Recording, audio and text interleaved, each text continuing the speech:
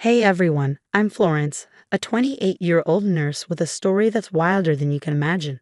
So there I was pulling double shifts at the hospital, trying to make ends meet while also looking after my grandparents.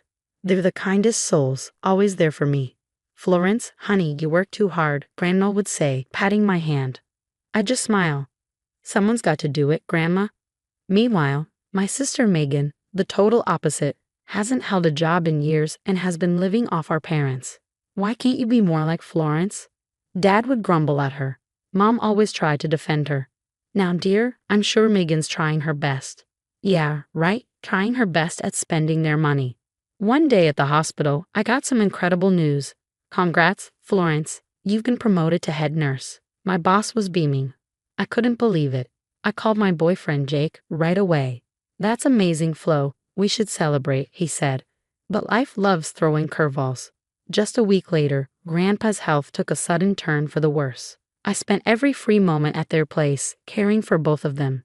You're an angel, Florence, Grandpa whispered, squeezing my hand. It was hard, but there was no question. I was exactly where I needed to be. As for Megan, she was nowhere to be found.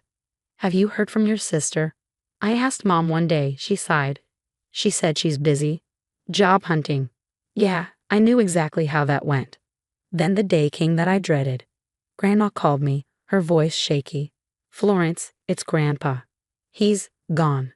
The world stopped. I rushed over, holding Grandma as she cried. The following days were a blur, funeral arrangements, endless tears. Just as we were starting to come to terms with losing Grandpa, Grandma passed away too, like she couldn't bear to live without him. The funeral was a somber affair. I stood there feeling empty as people came to offer their condolences. Megan showed up late, reeking of alcohol. Nice of you to grace us with your presence, I muttered. She shot me a glare. Not all of us can be Little Miss Perfect, Florence. I bit my tongue. Before I could say anything, the lawyer called us in for the reading of the will. I wasn't expecting much, maybe some family photos or Grandma's recipe book. But then the lawyer dropped a bombshell. To our beloved granddaughter Florence, we leave our house. My jaw dropped. The house I'd grown up visiting, full of memories. I looked over at Megan, expecting shock, but her face was twisted with anger. She stormed out before the reading even finished. Megan, wait. I called after her. I found her outside, furiously typing on her phone. Megan, I know this is a surprise. We can figure something out. She cut me off. Save it, Florence. You were always the favorite. As she stomped away, I saw her whispering into her phone. Tyler? Yeah, it's me. We need to talk. Now. I had a sinking feeling that this inheritance was going to cause more trouble than I could imagine. That night, as I sat in my apartment surrounded by old photos of Grandma and Grandpa, I couldn't shake the feeling that a storm was brewing, and I had no idea just how bad things were about to get. Jake called, pulling me from my thoughts. How you holding up, Flo? I sighed. I don't have Jay. Something just doesn't feel right. What do you mean? It's Megan. The way she reacted to the will. I have a bad feeling about this. Little did I know, my instincts were dead on. The next few months would turn my world upside down. In the weeks after the funeral, I tried to include Megan in the house plans, hoping it would bring us closer. Hey Meg, want to help me go through Grandma's things this weekend? I asked. Can't. Busy, she replied, not even looking up from her phone. I sighed. Come on, it could be fun. We might find some old childhood memories. She finally looked up, her eyes cold. Fun? Going through dead people's junk? No thanks. Her words stung, but I tried to brush it off. As I spent more time at the house, strange things started happening. Grandpa's watch disappeared from the dresser. Grandma's jewelry box was mysteriously empty. Then, one day, I walked in to find a stranger in the living room. Can I help you? I asked, startled. The man looked equally surprised. Oh, Megan said I could look around. I'm interested in buying. My blood ran cold. Buying? This house isn't for sale. After you left, I confronted Megan. What the hell, Meg? You're trying to sell the house behind my back. It's not fair, she exploded. You get everything, your promotion, your boyfriend, and now the house. What about me? This isn't about you, I shouted back. It's about honoring Grandma and Grandpa's wishes. She stormed out, slamming the door so hard a picture fell off the wall. A few days later, I overheard a conversation in the backyard. I crept closer, recognizing Megan's voice, along with Tyler's. "We need to move fast," Tyler was saying, "before she figures out what's happening." Megan sounded desperate. I know, but how? She's always here. Leave that to me. I've got connections. We'll get this place sold and split the cash before she knows what hit her." I felt sick. How could Megan do this? Determined to get to the bottom of things, I started digging. What I found shocked me: unpaid bills, loan shark threats, casino debts. Megan was in deep, and I had no idea just how far she was willing to go to get herself out. But nothing could have prepared me for what I found next. Buried in a stack of papers on Grandpa's desk was a document that transferred ownership of the house, with my forged signature. My hands trembled as I held the paper. This wasn't just Megan being resentful. This was criminal. As the weight of Megan's betrayal sank in, a flood of emotions hit me. Anger, heartbreak, disbelief. How had it come to this? My own sister, willing to steal and lie to get what she wanted. I sat in Grandma's old rocking chair, the forged document in my lap, and tried to figure out my next move. One thing was clear: this was war, and I wasn't about to let Megan win. This wasn't just about the house anymore. It was about stopping Megan before she dug herself into a hole too deep to escape. My first stop was Jake's place. I laid everything out in front of him: the forged document, the strange behavior, everything I'd uncovered. "Geez, Flo, this is serious," Jake said, wide-eyed. "What are you going to do?" "I need proof. Solid, undeniable proof." That's when I remembered Sarah, a family friend and lawyer. She'd know what to do. "Florence, this is a delicate situation," Sarah warned. "We need to be smart about how we approach this." With her advice, I set up hidden cameras around the house. It felt invasive, but I had no other options. Days passed, and the cameras captured plenty: Megan and Tyler snooping through drawers, making calls to potential buyers. But the real bombshell came when I overheard a conversation that made my blood run cold.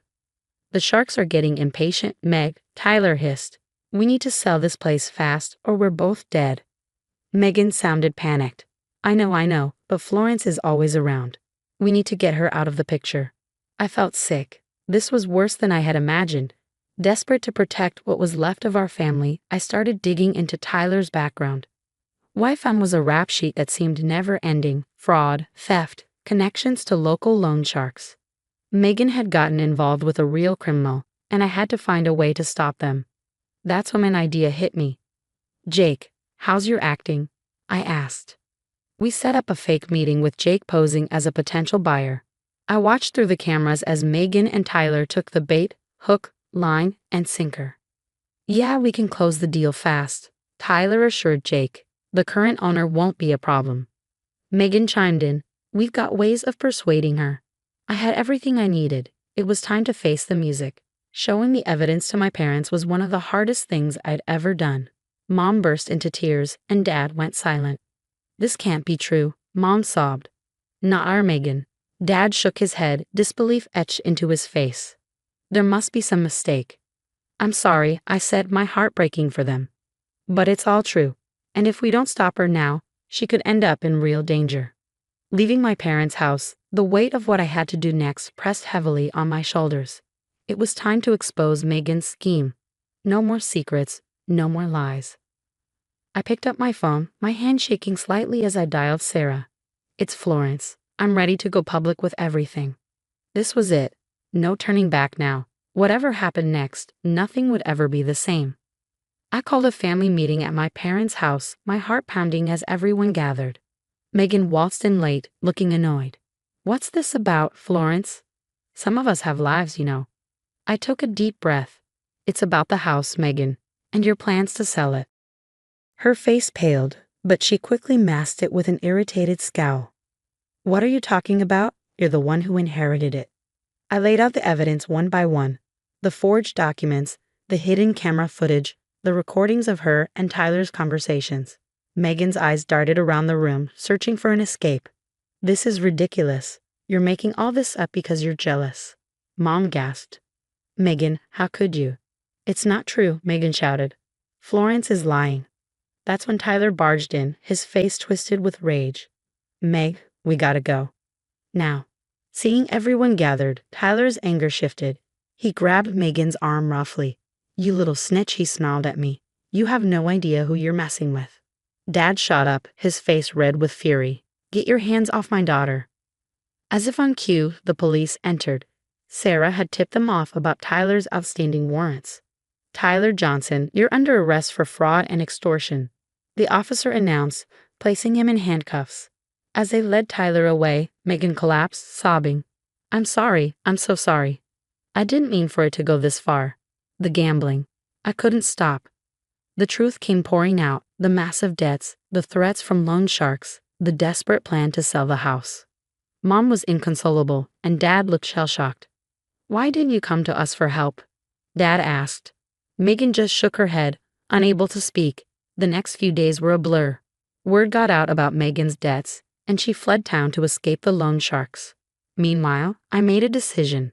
"I'm selling the house," I announced to my parents. "But honey, it's your inheritance," Mom protested. I shook my head. "It's tainted now. Besides, the money can help you guys recover from everything." Dad's eyes welled up with tears. "Florence, we're so sorry. We should have seen what was happening." "It's okay, Dad. We all missed it." As the dust settled, things began to look up. The house sold quickly, and I used part of the money to help my parents get back on their feet. The rest went toward furthering my career. I enrolled in a specialized nursing program I'd always dreamed of. 1 year later, life looked very different. I was thriving at work, recently engaged to Jake, and my relationship with my parents had never been stronger. "We're so proud of you, Florence," Mom said over dinner one night. "You've been our rock through all of this." Dad nodded. "We can't thank you enough for everything you've done." As for Megan, last I heard, she was working a minimum wage job in another state, still trying to pay off her debts. Part of me felt sorry for her, but a bigger part knew she was finally facing the consequences of her actions. Now I have a question for you. If you were in my shoes, would you have cut all ties with Megan, or would you have tried to help her recover from her addiction and past mistakes? Is there a point where family loyalty should end? Share your thoughts in the comments below. Your perspective could help others facing similar family dilemmas. If this story resonated with you, don't forget to hit the like button and subscribe for more real-life drama and family conflict stories. Thanks for watching. I'll see you in the next video.